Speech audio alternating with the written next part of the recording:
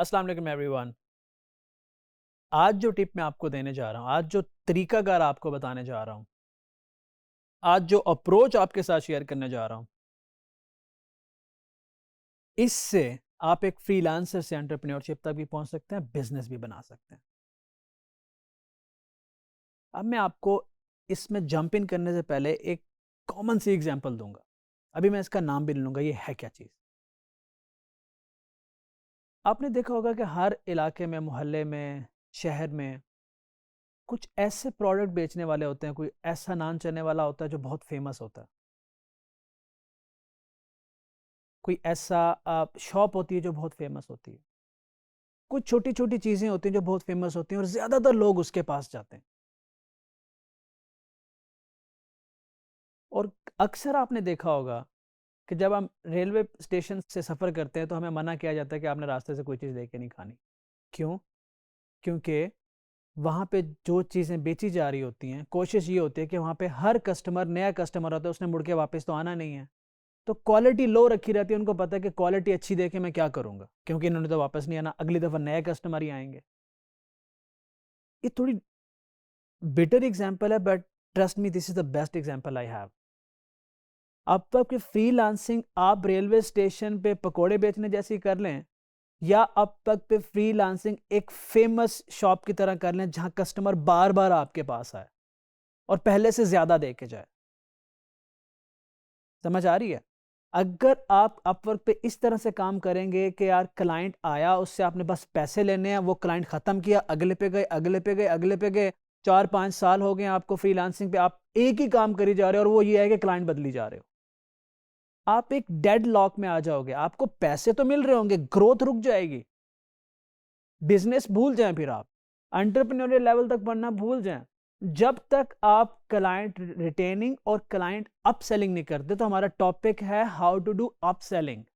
कि अगर 2 रुपए का काम आपके पास आता है तो आप किस तरह से उसको 10 रुपए पे लेके जा सकते हो। अगर $200 का क्लाइंट है तो किस तरह से आप उसको $2000 पे या $2 लाख पे लेके जा सकते हो। और मैंने अपने इंट्रो में आपको बताया कि मैंने एक $50 से स्टार्ट किया था और $50 वाले क्लाइंट ने मुझे $60,000 तक ले गया। $50, $60,000 अप सेलिंग की। अप सेलिंग बहुत इंपॉर्टेंट है। एक और एग्जांपल देता हूं अप सेलिंग की आपको मैं।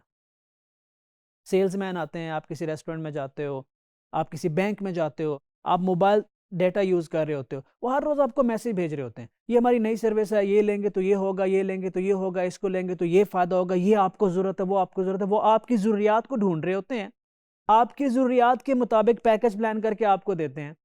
आप 10 नहीं खरीदोगे, 11वां खरीद लोगे। तो क्या हुआ? अब आप उनको पहले से ज़्यादा पैसे दे रहे हो। तो अब ज़रा गौर करें, जितने पैसों पे आपने अपनी मोबाइल सर्विस स्टार्ट की थी, आज उससे ज़्यादा दे रहे हैं।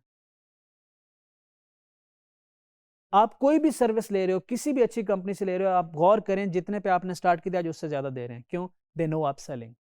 तो अपवर्क पे भी अप सेलिंग बहुत इंपॉर्टेंट है। अप सेलिंग किसी भी बिजनेस में बहुत इंपॉर्टेंट है। अपवर्क पे करनी कैसे? टाइम लिमिटेड है, I will be very short, but समझ लें कि अप सेलिंग के बगैर ग्रोथ पॉसिबल ही नहीं है। अप सेलिंग आप कैसे करते हैं? पहले तो बहुत simple standard one word definition है, effective business communication and quality. Elaborate में कर देता हूं, लेकिन ये सबसे इंपॉर्टेंट चीज है।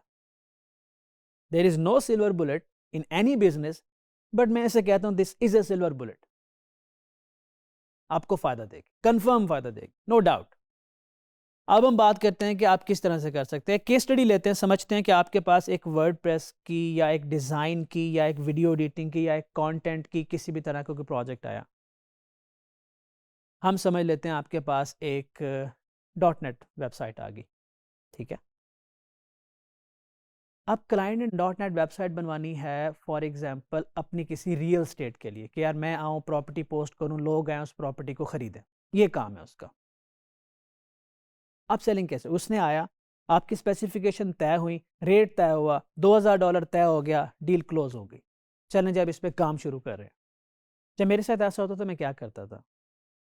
उस एक रियल स्टेट की वेबसाइट जो मैं क्लाइंट के लिए बना रहा हूँ .NET में, मैं दुनिया की कई सारी रियल स्टेट वेबसाइट को स्टडी करना शुरू कर देता था, रिसर्च करना शुरू कर देता था।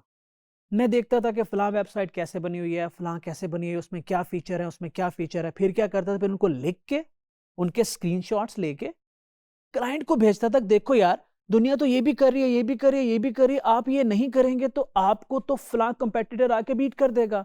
आपको ये करना चाहिए, आपके प्रोजेक्ट का ये फायदा है। आपका नहीं बोलता था, मैं बोलता था हमारे प्रोजेक्ट का ये फायदा है, हमें ये करना चाहिए। इससे थोड़ी टीम की फीलिंग जाती है, हमारे लिए ये बहुत जरूरी है, हम ये करेंगे तो बहुत फायदा होगा। जब क्लाइंट को लगता है कि यार बात तो सही कर रहा है, क्योंकि आपकी बात जो होती है वो रिसर्च बेस्ड होती है, आप देख चुके होते हो, तो क्लाइंट कहता है कि हमें वाकई ये फीचर डालना चाहिए। तो जब फीचर डलेगा तो पैसे आएंगे। जब फीचर क्लाइंट एक्सेप्ट करेगा जो आपने प्रपोज किया अपनी रिसर्च पे, तो आपकी वैल्यू ऊपर जाएगी। क्लाइंट समझेगा कि आपको काम आता है, काम के अलावा आपको सोचना भी आता है। मुझे ना किसी ने एक बात सिखाई थी, यूजुअली मेरा कोई मेंटोर नहीं है, मैं जब जॉब कर रहा था तो एक बॉस ने मुझे एक बात बोली थी। मैंने कहा इरफान, कभी किसी गोरे को आप एजुकेट कर दो, वो आपको कभी छोड़ के नहीं जाएगा। एजुकेट का मतलब ये नहीं कि मैं उसको पढ़ाना शुरू कर दूं, मैं उसको MBBS करा दूं। एजुकेट का मतलब ये है कि प्रोजेक्ट उसका है, आइडिया उसका है, मैं उसको जाके ये बता दूं कि इससे भी बेहतर कैसे हो सकता है, वो आप पे रिलाय करना शुरू कर देता है। साइकोलॉजी है। छोटी सी मैं रैप अप करता हूँ एग्जांपल देके। आप कोई प्रोडक्ट खरीदने जाते हैं, आप मोबाइल फ़ोन खरीदने जाते हैं, आप दुकानदार से पूछें कितने का है, वो कहता है जी इतने का है। आप कहते हैं इसमें क्या फ़ीचर है, वो कहता है पढ़ लो। आप दूसरे के पास जाते हैं, यही सवाल करते हैं कितने का है, और फिर पूछते हैं इसमें क्या फ़ीचर है। वो आपको समझाने बैठ जाता है, वो आपको समझाता है ये बैटरी टाइमिंग है, ये फ़ीचर है, ये इसकी रेजोल्यूशन है, ब्ला ब्ला ब्ला, वो पूरी डिटेल आपको अच्छे तरीके से देता है। आप फैसला कर लें किस वाले से लेंगे, जो आपको थोड़ा एजुकेट कर रहा है, जो आपको समझा रहा है, ह्यूमन नेचर है। लेकिन एजुकेट आप किसी को कब कर सकते हैं, जब खुद रिसर्च कर रहे हैं। उसके बाद क्लाइंट को एवरी नाउ एंड देन बताएं कि आप किस तरह से नई टेक्नोलॉजी सीखते जा रहे हैं। अब आपके इस करंट प्रोजेक्ट के लिए नई टेक्नोलॉजी आ गई है। मेरे 70 से 60 प्रोजेक्ट 70-60% प्रोजेक्ट ऐसे होते हैं जो हम स्टार्ट करते हैं एक सर्टेन टेक्नोलॉजी पे, बीच में टेक्नोलॉजी अपडेट हो जाती है। बहुत से प्रोजेक्ट है जो हमने ASP.NET वेब फॉर्म से स्टार्ट किए, आज वो ASP.NEट कोर में खड़े हुए हैं। अब आप क्लाइंट को जब बताओगे ही नहीं कि नई टेक्नोलॉजी आ गई, उससे आपको क्या फायदा होने वाला है, हमें टाइम दे, हम उसको अपग्रेड करते हैं, उससे हमें ये फायदे होंगे, इस टेक्नोलॉजी के ये नुकसान आते हैं, तो उस बेचारे को क्या पता। लेकिन जब आप उसे एजुकेट कर दोगे, वो आपको गो हेड देगा, तो पैसे भी देगा। भाई प्रोजेक्ट खत्म ही ना होने दो। और ये कैसे हो सकता है कि क्लाइंट का इंटरेस्ट कभी खत्म ना होने दो, उसको हमेशा नई टेक्नोलॉजी, नए फीचर, अच्छी अप्रोच दिखाओ, और ऑनेस्टली दिखाओ, जेन्युइनली दिखाओ। ऐसा कोई काम नहीं करना कि आप बैठे हो वर्डप्रेस और क्लाइंट को क्या, सर ने कहा था न्यू टेक्नोलॉजी का बताना, तो क्लाइंट से जाके कहो सर जी ब्लॉकचेन आ गई है, ब्लॉकचेन आ गई है। ओ भाई आ तो गई है, आपको आती है? आप उसे ब्लॉकचेन पे इंप्रेस कर दें, वो आपको छोड़ के ब्लॉकचेन वाले के पास चला जाएगा। अपनी स्ट्रेंथ के अंदर रहते हुए आपने ये करना है। आप हमने जो एक वीडियो बनाई थी क्लाइंट रिटेनर पे, क्लाइंट रिटेंशन पे, उसको पढ़ लीजिएगा, उसकी काफ़ी सारी पॉलिसीज यहाँ अप्लाई होती हैं और इससे आपको बहुत फ़ायदा होगा। तो अगेन, अगर आप बिजनेस को एलिवेट करना चाहते हो, बड़े फ्रीलांसर स्टेज तक पहुंचना चाहते हो, तो आपको ये करना बहुत ज़रूरी है। आई होप कि इससे आपको बहुत फ़ायदा होगा। Thank you.